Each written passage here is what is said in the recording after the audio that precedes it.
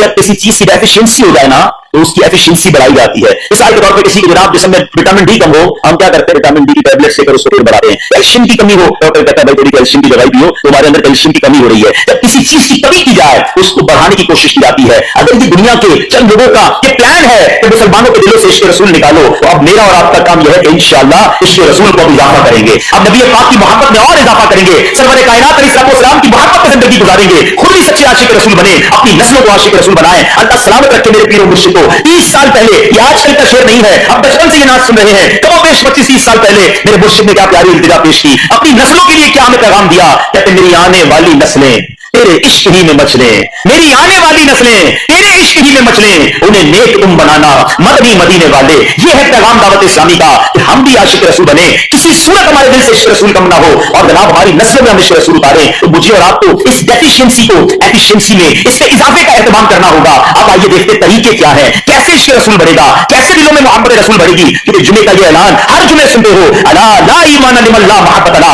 وہ ایمان ہی کامل نہیں ہے, وہ ایمان ہی کمپلیٹ نہیں ہے جس دل میں عشق رسول نہیں ہے. عشق رسول بڑھے گا کیسے جناب؟ تو دنیا کا بڑا سمپل فارمولا ہے, عشق بغیر اطاعت کے کمپلیٹ ہی نہیں ہوتا. دنیا میں بھی آپ جس سے محبت کریں, ہو ہی نہیں سکتا کہ آپ اس سے محبت کریں اس کی بات نہ مانیں. میں آپ سے محبت بڑی کرتا ہوں, مانوں ایک دنیا کی نہیں جناب, اس سے محبت بڑی بندہ کہتا ہے آپ کے لیے جان حاضر, آپ حکم تو کریں, آپ کا فرمان سر آنکھوں پر. یہ دنیا کا دستور ہے. تو اگر آپ واقعی نبی پاک سے محبت کرتے ہیں یا سچے عاشق رسول بننا چاہتے ہیں تو پھر فرمان رسول پر عمل کرنا ہوگا, نبی پاک کے طریقے پر عمل کرنا ہوگا, اطاعت رسول کرنی ہوگی, تبھی آپ سچے عاشق رسول کہلائیں گے. یہ ہو نہیں سکتا کہ ایک طرف میں نعرہ لگاؤں کہ غلامی رسول میں موت بھی قبول ہے, دوسری طرف نبی پاک کا طریقہ قبول نہ ہو, نہ سچ قبول ہو, نہ مسلمانوں کی خیر خواہی قبول ہو, معاذ اللہ, نہ سنتیں قبول ہو, نہ نماز قبول ہو. جمعے کی نماز میں مسجد فل ہے, کیا عصر کی نماز بھی ہوگی؟ عصر فرض نہیں ہے, یا مغرب فرض نہیں ہے, یا عشاء فرض نہیں ہے. میرے آقا فرماتے ہیں جعلت قرۃ عینی فی الصلاۃ, کہ نماز میری آنکھوں کی ٹھنڈک ہے. ایک دوست نے اپنے دوسرے دوست سے قرض لیا, اور قرض لینے کے بعد جو ٹائم تھا وہ پورا ہو گیا. اب پیسے اس نے نہیں لوٹائے, بڑی کوشش کی اس نے کہ بھائی میری رقم واپس دے دیں, اس نے نہیں دیا. اب وہ کیس لے کر عدالت میں چلا گیا, اور جج صاحب سے جا کر اس نے کہا کہ اس نے میرے پیسے دینے, اور میری رقم نہیں لوٹا رہا. جج صاحب نے کہا کہ تمہارے پاس 30 دن ہیں, لیکن 30 days تم نے اس کے پیسے واپس لوٹانے ہیں, ورنہ پھر تمہارے خلاف فیصلہ ہو جائے گا. تو وہ شخص گھر گیا. اب اس نے کیا کیا, اس نے صبح سے لے کر شام تک درود پاک پڑھنا شروع کر دیے. 1 دن 2 دن 3 دن 27 دن ہو گئے.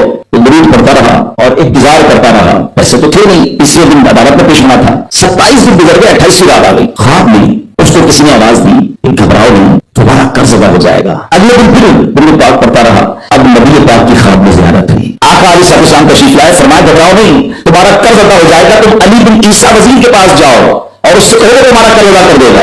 اب جب صبح اٹھا تو بہت خوش, نبی پاک کی زیارت مجھے ہو گئی. لیکن پھر خیال آیا کہ میں اگر وزیر صاحب کے پاس گیا اور انہوں نے مجھ سے کوئی ایویڈنس مانگ لیا, کوئی پروف مانگا, تو میں کیسے مانگوں کہ نبی پاک نے بھیجا ہے؟ اس بات پر تو میرے پاس کوئی دلیل نہیں ہے. اب تیسری رات آ گئی, آخری رات ہے, صبح عدالت میں جانا ہے. درود پاک پڑھتے پڑھتے سو گیا. سرور کائنات علیہ السلام نے خواب میں پھر کرم فرمایا, فرمایا علی بن عیسیٰ وزیر کے پاس جاؤ, تمہارا قرض ادا کر دے گا. حضور میں چلا تو جاتا, مگر اگر وہ مجھ سے کوئی پروف مانگتا, کوئی ایویڈنس مانگتا, تو میں کیا جواب دیتا؟ پیارے آقا علیہ السلام نے فرمایا کہ ایسا کرو, اسے یہ کہنا کہ آپ کا ایک راز ہے جو آپ جانتے ہیں, رب جانتا ہے, اور وہ راز یہ ہے کہ آپ روزانہ فجر کے بعد 5000 بار درود پاک پڑھتے ہیں, اور جب تک درود پاک مکمل نہیں ہوتے آپ کسی سے بات نہیں کرتے. اب جب صبح اٹھا تو بہت مطمئن کہ آپ کو دلیل بھی آ گئی ہے. پہنچ گیا صبح علی بن عیسیٰ وزیر کے پاس, اس کا دربار لگا ہوا ہے. اس نے پیغام بھجوایا کہ میں علی بن عیسیٰ وزیر صاحب سے اکیلے میں ملنا چاہتا ہوں, پیغام لا رہا ہوں. درباری نے آ کر پوچھا, وزیر صاحب پوچھ رہے ہیں کس کا پیغام لا رہے ہو؟ میں نبی پاک علیہ السلام کا پیغام لایا. فوراً وزیر صاحب نے بلا لیا, کہ فرمائیے مجھے میرے آقا علیہ السلام نے کہا ہے کہ آپ میرا قرض ادا کر دیں, میں 3000 دینار کا مقروض ہوں. Today is the last day in the court, آج رپورٹ میں پیش ہونا ہے. اگر آج میں نے اپنا قرض ادا نہ کیا تو مجھے جو ہے وہ سزا ہو سکتی ہے. علی بن عیسیٰ کہتا ہے میں بالکل آپ کا قرض ادا کر سکتا ہوں, مگر مجھے کیسے پتا چلے, کوئی دلیل ہے, کوئی پروف ہے کہ آپ کو نبی پاک علیہ السلام نے بھیجا ہے؟ کہتا ہے ہاں, خالی ہاتھ نہیں آیا, آقا نے دلیل بھی عطا فرمائی ہے. اچھا بتائیے کیا دلیل ہے؟ دلیل یہ ہے کہ آپ کا ایک راز ہے جو صرف آپ جانتے ہیں اور آپ کا رب جانتا ہے. 5000 ٹائمز ڈیلی آپ درود پاک پڑھتے ہیں فجر کے بعد. اب جب تک یہ درود پورے نہیں ہوتے آپ کسی سے بات نہیں کرتے. اب ذرا پوری دیکھیے, امیجن کریں کہ جو وزیر 5000 بار روز درود پڑھتا ہوگا وہ عاشق رسول کیسا ہوگا. اس کی تو لاٹھی نکل آئی نا, وہ تو خوشی سے جھوم اٹھا, کہتا مرحبا یا رسول اللہ, میرے درود پاک قبول ہو گئے, بہت خوش. ابھی بیٹھے آپ کمرے میں گیا, واپس آیا اور 3000 نہیں 9000 دینار لے کر آیا. کہتے 3000 کے نبی پاک کا حکم, مرحبا یا رسول اللہ, 3000 اور لیجیے. آپ نے اتنی اچھی خبر مجھے سنائی, اتنا پیارا خواب سنایا, آپ کے قدم میرے گھر تک آئے, اور 3,000 مزید دے جائیے، اس سے اپنے بچوں کے لیے کوئی کاروبار شروع کیجیے اور ایک وعدہ بھی کیجیے، زندگی میں آئندہ جب بھی آپ کو کوئی ضرورت پڑے گی نا، آپ میرے پاس آئیں گے، میں آپ کا بھائی ہوں۔ اب یہ دیوانہ بڑا خوش ہو کر عدالت پہنچا۔ اچھا، everybody expecting over there, سب یہ سوچ رہے تھے کہ یہ اس کا گرفتار ہی ہونا ہے، یہ تو تھا ہی کچھ نہیں اس کے پاس، پہلے ہی کہہ دیا تھا کہ میں کلیپس ہو گیا ہوں۔ اب عدالت میں جاتے ہی 3,000 دینار جج صاحب کو دینے کے ساتھ اس میرا قرضہ ادا کر دیں، میں جو ہے وہ اپنے قرضے سے بری ہونا چاہتا ہوں۔ جج صاحب ہوتے ہیں، انہوں نے کہا قرضہ تو ادا کر دیں گے، پہلے بتاؤ پیسے لائے کدھر سے ہو؟ تم تو کہتے تھے پیسے نہیں تھے ہمارے پاس، اتنی بڑی رقم کیسے انتظام کی؟ اب بھائی عدالت میں گویا اس نے زبان حال سے بھی کہا کہ اتنا دیا سرکار نے مجھ کو، اتنی میری اوقات نہیں، یہ تو کرم ہے ان کا بھرنا، مجھ میں تو ایسی بات نہیں۔ اب اس نے بڑی عدالت میں پورا واقعہ سنایا کہ میں نے تو کچھ نہیں کیا، آقا خواب میں تشریف لائے، میں وزیر صاحب کے پاس گیا، انہوں نے یہ پیسے دیے۔ سنو اس زمانے کے جج بھی ایسے ہوتے تھے کہ جج دوران عدالت